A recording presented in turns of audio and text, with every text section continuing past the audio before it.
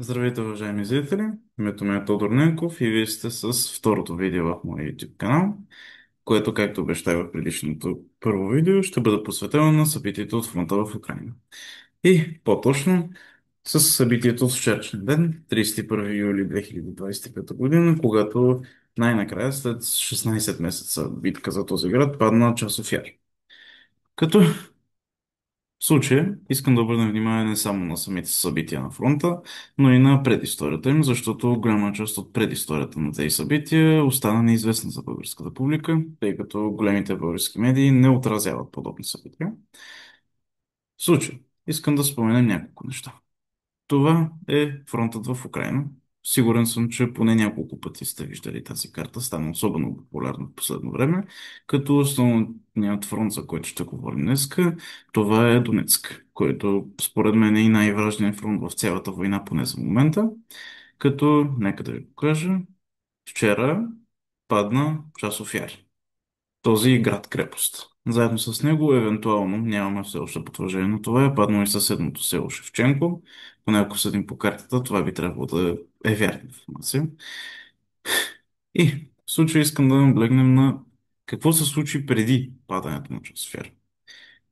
Случиха се изключително много, изключително дълги и сложни процеси вътре в самата Руска федерация, за които никой не спомена по българските медии, а именно всичко, поне според мен, започна на 14 май 2024 година, когато дойде на власт ето този човек. Това е Андрей Ремович Белоусов. Той по принцип е руски икономист, не е военен експерт, но той замени Сергей Шойгу като министър на отбраната на Руската федерация. Сами може да разберете, че причините за това са изключително много. По-запознатите от вас съм сигурен, че знаят, че самият Сергей Шойгу няма военно образование. А е доста популярно, че той беше изключително корумпирана личност. И заради това беше сменен от Андрей Белусов. Като в случая Андрей Белусов какво направи за своето относително кратко управление, само от една година е начало на Министерството на отбраната на Русия, но успя да свърши изключително важна работа. На първо място, защо споменах, че е икономист? Защото той е един всъщност от най-добрите руски икономисти.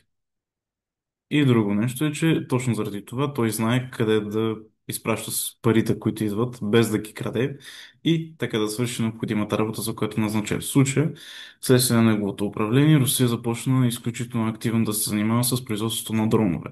Нещо, което по време на управлението на Сергей Шойгу беше изключително пренебрегвано. И точно заради това руснаците загубих изключително много, особено в първите месеци на войната и в събитията след март месец 2022 година. Заради управлението на Андрей Белусов, в момента руските технологии в сферата на военната промишленост се развият изключително бързо. По мои спомени, които съм чул преди известно време, в новините се появяха различни данни, че Русия може да произведе 30 000 дрона за един месец, като имаше информация за само един завод в провинция Татарстан, който може да произведе 6000 дрона. Тези числа вече изключително много варират, като някои изследователи твърдят, че за една година Руската федерация успява да произведе, като до годината 2024, 1 640 000 дрона, по мое спомение. Не гарантирам за точността на числото, но беше около това число. Украина за същия период от време успява да произведе 1 милион дрона. И веднага след неговото назначаване започнаха чистки. Той може да се каже, че е острието на Русия срещу корупцията вътре в нея. И една от първите му жертви беше Тимур Иванов, заместник министр на отбраната на Руската федерация, който мисля, че се заплата от 70 000 долара годишно му успя да си купи яхта и две изключително луксозни многоетажни къщи. Това не става толкова лесно и няма как с тези средства да се получи. Беше разследван и вследствие на това вече му издадена присъда от 13 години затвор. Не е единствената му жертва. Като основно една от големите промени, които Андрей Белосов направи, беше малко след 9 май тази година. Тогава той отстрани Олег Солюков. Ако не помните кой е Олег Солюков, той беше ръководител на сухопътните войски на Русия, буквално до 9 май 2025 година. Няколко дни по-късно той беше сменен от ето този човек. Това е Андрей Мордвичев. Той, между другото, е роден, ако не се лъжа, през 76-та година, изключително млад човек за, особено за военната звание, което носи. Това е човекът, по чието командване падна град Мариупол. Под негово командване падна играта Авдеевка, което предполагам, че са чували за него. Това са едни от наистина най-блескавите военни победи на Руската федерация в тази война и той успя да ги постигне. И вече след като беше назначен за ръководител на сухопътните сили на Руската федерация, между другото, него украинците го наричат кървавия генерал, защото нанесе най-големите поражения на украинците. И, както виждаме, се справи изключително добре, защото падна точно град Часофер. Но преди да обсъдим как точно падна град Часофер и защо е толкова важен, искам да спомена няколко села, които паднаха и то в последните 2 седмици. В рамките на миналата седмица паднаха следните села. Между другото, това село е много забавно, защото украинското му име е Мирне, но руското му име е Карл Макс. То се намира в Донецка област. Падна село Николаевка, близо до Мирноград, Воскресенка, Новоспаски, близо до Шервиновка, Маяк и Малиновка, които между другото са близо до град Голя и Поле, вече в Запорожка област. Това се случи за един ден, не за цяла седмица.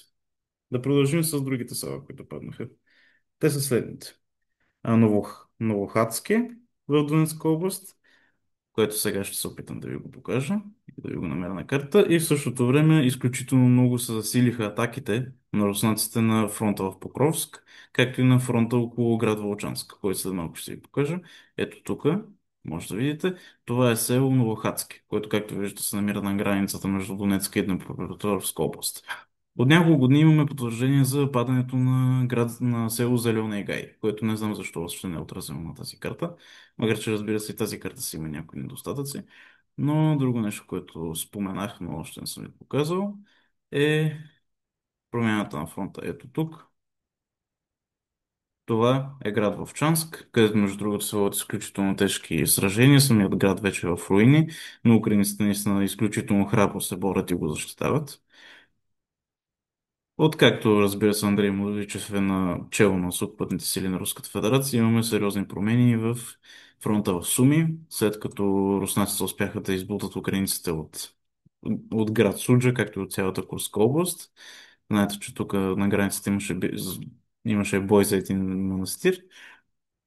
Владимир Путин издаде заповед за създаването на демаркационна линия между Украина и Руската федерация, като ето това е превзетата Сумска област, части от Сумска област, да, и в случая се водят сериозни боеве за село Юнаковка, като той е превзет на половина от руснаците и другата половина все още се пази от украинците.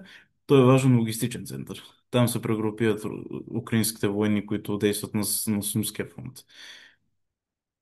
Друго нещо, което трябва да ви покажа като промени на фронта е следното. В същата седмица, за която ви казвам, паднаха общо 10 населени места в Украина. А вече в началото на новата седмица паднаха два изключително стратегически пункта. Разбира се, те отново са села и се намират в Донецкия регион, в Покровск. Падна село, ето това, голямо село Новоекономично е, което, както виждате, е в съседство с град Мирноград.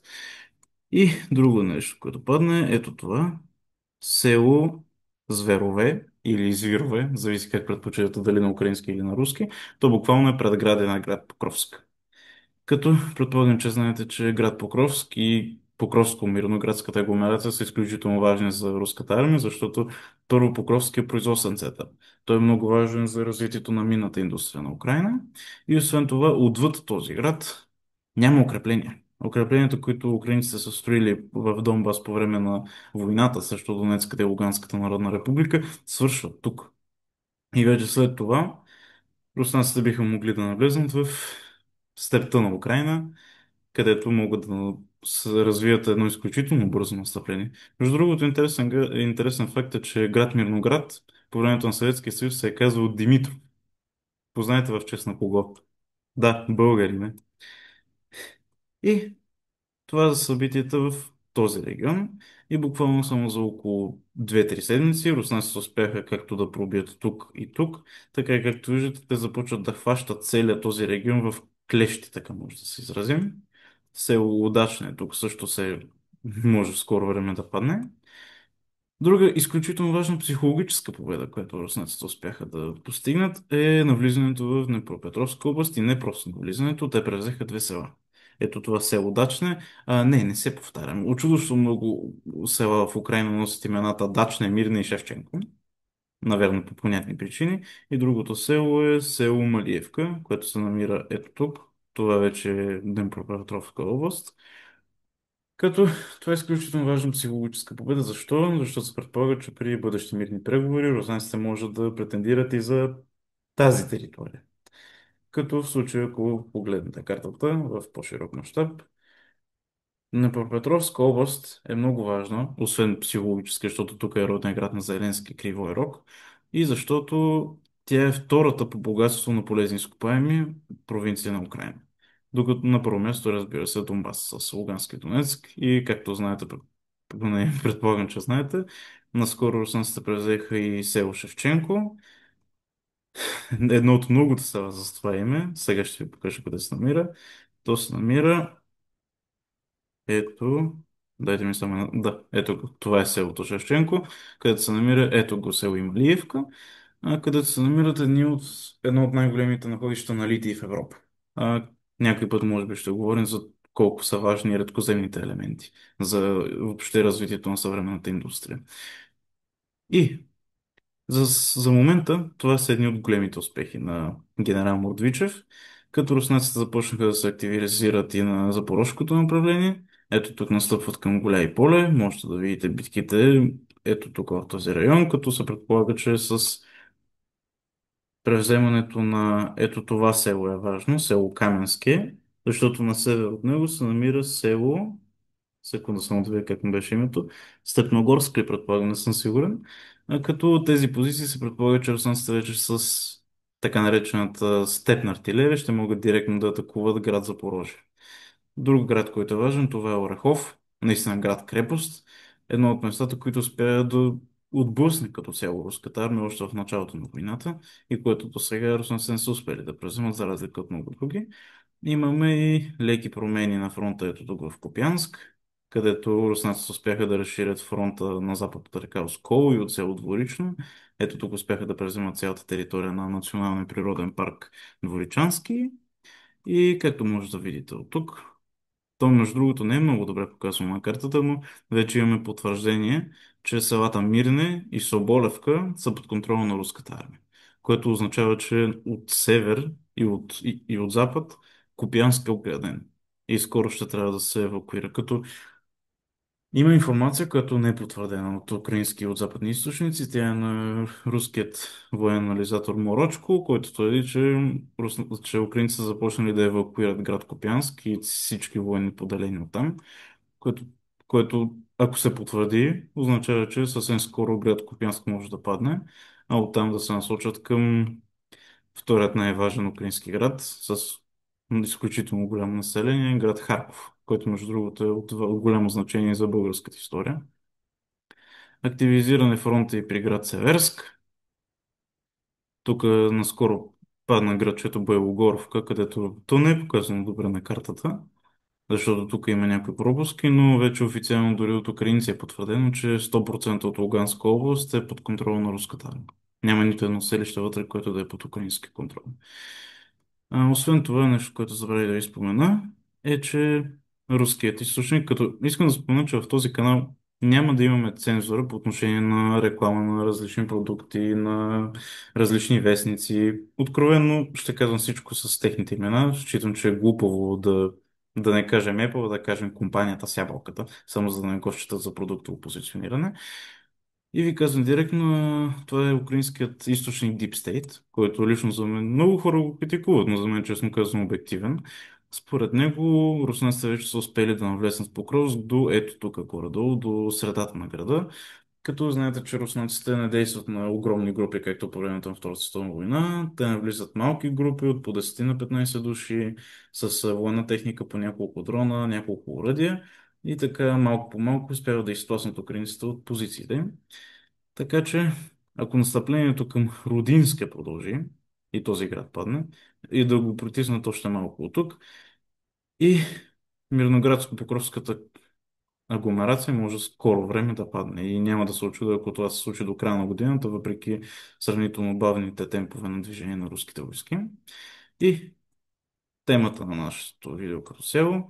Защо е важен град Часофяр? Важен е, защото това е една от най-високите точки в целия Донецк. Като централните хълмове, те бяха високи по няколко стотин метри, точно те бяха най-трудните за превземане от руската армия. Като в случай град Часофяр, който наистина си беше град-крепост, пази настъпването на руските войски, евентуално към град Константиновка, който се Ето това е град Краматорска, да след малко ще се стигне до него. Ето тук е град Константиновка, който е най-южната точка на славянско-краматорската агломерация, която пък е сметка на това е може би най-важната част от целия фронт в Украина, защото тук по различни оценки украинците подготвят между 60 и 130 хиляди войници. Нямаме точни данни за това колко хора има там, но се предполага, че тук са между 60 и 130 хиляди, а за цялата украинска армия в момента се предполага, че е някъде около 700 хиляди войници, както са също добре въоръжени и заради това на руснаците никак няма да им е лесно, когато настъпят тук. Но в случая Часов Яр той се състои от по спомени 4200 сгради, които са по няколко десетки етажа, като те самите са свързани отдолу с тунели помежду си, така че да може украинците да се прехвърлят от една сграда в друга и така да бавят настъплението възможно най-много. И самият факт, че тази операция продължи цели 16 месеца, не е случайно. Наистина това беше истинска битка, която според мен може до някаква степен да се сравни с Сталинград. В никакъв случай по брой жертви, понеже знаете, че жертвите при Сталинград са около 2 милиона души. Тук руснаците са дали по техни данни около 7500 убити, за украинците все още нямаме данни. Но по отношение на факта, че са се били буквално за всяка една стая от етажите на тези сгради, е изключително впечатляващо. И вече след падането на Часов Яр, Константиновка може спокойно да бъде обстрелвана и на всичкото отгоре, ако руснаците продължат на запад, има два начина, по които може да се случи това. Могат да атакуват директно Константиновка. Другият начин е да превземат Олексиево Дружевка и по този начин да прекъснат връзката и снабдяването между Краматорск и Константиновка, което лично според мен е по-ефективният вариант и така мисля, че руснаците ще действат.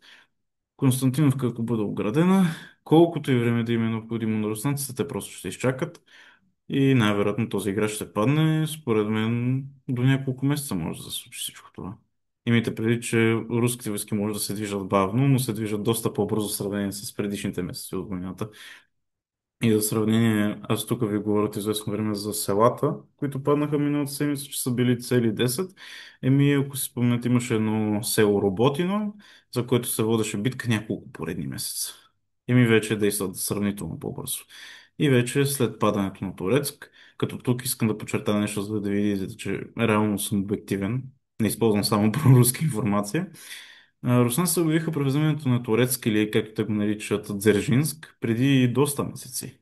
Но нещо, което не споменаха е, че всъщност украинската армия чрез това село, ето тук, това е село Дачне, което остана под украински контрол, заедно с Диловка и още няколко на север, те успяха да организират настъпление и да се върнат най-северните райони на, на град Турецк, което си беше наистина героично, но въпреки това тяхната съпротива не устоя и след дълги месеци на битки Турецк падна. А това е един доста голям град като село. И той е свързан, както виждате, с град Червиновка, което се очаква, че в скоро време ще падне. Разбира се, никой не може да се ангажира с сериозни прогнози, но много е лесно. Ето, както виждате, този път, който е и снабдителен, той вече е прерязан от руската армия. Превземат ли тези две села, Шервиновка според мен ще падне и ако не, ще се предаде. Ето виждате, че село Новоспаске, което реално е част от този град, вече е падна. Не е чак толкова далеч времето, когато най-вероятно ще си говорим за сериозните сблъсъци при Славянски Краматорск. Искам да подчертая нещо, за което не се говори особено, а именно, че на Херсонския фронт имаме абсолютно затишие. Буквално можете да видите тук, че има известни количества сблъсъци и снаряди, но нищо особено. Бях чел информация, че руснаците подготвят около 1000 лодки, с които да форсират река Днепър, но това е изключително трудно, защото точно в този район река Днепър е най-широка. И украинците, както същите, могат добре да си пазят позициите там, така че този фронт е напълно замрял. Като се предполага, че в случая Белусов и Мордвичев могат да използват тактиката на Жуков от времената на Втората световна война, да стигнем до град Запорожие, да го пресекат, където реката не е чак толкова пълноводна и широка, и вече оттам да се спуснат на юг, както виждате тук по път си Кривойрок и десетки села, и стигнат до тук, Херсон пада. И в случая, какво е направил Жуков? Превзел и Николаев и Одеса заедно с това. Както се усещате, и Путин вероятно иска да направи това, защото лично според мен без Николаевска и Одеска област руснаците няма да поискат тази война да свърши, тъй като заради тяхното много сериозно стратегическо значение. Предполагам, че това ще е за днешният епизод.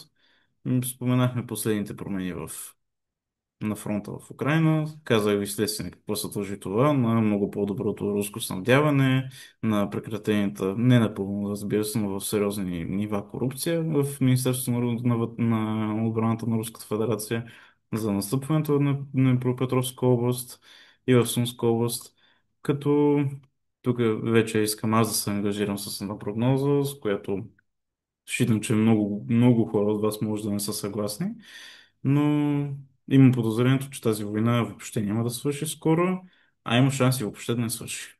А защо? Защото, първо, ако искаме да разберем кога би трябвало да свърши войната, когато няма да има интерес никой да я води.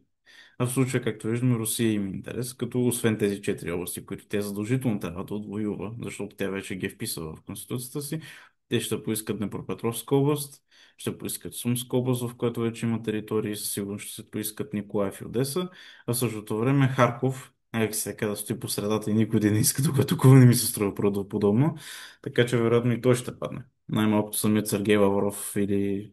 Не беше Сергей Лавров, мисля, че беше Владимир Медински на срещата в Истанбул каза, че ако украинците не дадат 4 територии, ще трябва да дадат 8. Като случай не знам дали към бройката спада и Крим, но да предположим, че могат да са и повече. Има такова положение. Освен това, Европейският съюз категорично не иска тази война да свършва, защото по този начин може да плаши цяла Европа с руската заплаха, за което предполагам, че ще говорим в някое друго видео. Китай съм убеден, противно на създаденото между Китай и Бразилия споразумение за край на войната в Украина, в смисъл предложение за край на войната в Украина. Китай не мисли, че иска тази война да свършва, защото тя ангажира изключително много Съединените щати и Европа да насочат вниманието си към Украина. А Китай не иска Съединените американски щати да насочат своето внимание към един друг район на света, който се намира ето тук. Тази държава не е много известен факт, но носи името Република Китай. Но със сигурност повечето от вас се познават с името на острова. С други думи, големите сили не искат да приключат тази война. Самият Зеленски също не иска, защото според мен той много добре знае, че тази война свършили, с неговата политическа кариера е свършена. И с други думи искам да ви кажа, че всички твърдения, че тази война ще свърши до една година, до 2 години и така нататък, на мен ми се струват неправдоподобни. Както виждате, тя се забързва, но все пак не върви чак толкова бързо. Колкото и да се разбързва, съмнявам се, че ще се стигнем до момента, когато, както по времето на Сталин, цели градове са падали за броени дни. И, наверно, просто трябва да изчакаме историята да разпореди какво ще се случи с тази държава. Казвам ви го, честно казвам с болка, защото аз самият, макар името ми да ми е българско, аз имам корени от Украина. Ако искате някой път ще ви разкажа за това в отделно видео. И тази държава наистина имаше огромен потенциал да се развие по напълно различен начин, не като Русия. Имаше сериозни шансове да се превърне в един немалко културен център, индустриален център, изключително развито селско стопанство можеше да се случи в тази държава, но за съжаление политическият елит, за начало с кой или не, и разбира се сменени на няколко пъти от американците вследствие на преврата, който се случи в Киев, така нареченият Евромайдан през 2014 година. Това не се случи. И нещо, което е тъжно, е, че в крайна сметка, когато и да свърши тази война, ще е късно, защото много хора ще загубят живота си до тогава и защото откровено не е ясно какво ще остане от Украина. И точно колко или дали въобще нещо ще остане от тази държава. И заради това наистина ви предлагам, когато разглеждаме събитието около Украина, да не залитаме в ляво, дясно, горе, долу, русофили, русофоби, защото в крайна сметка умират невинни хора. Аз не ви разказвам тези събития просто така, защото се радвам, че руснаците са превзели някое село, въпреки че аз съм искрен русофил. Но в случая говорим за напълно различни неща.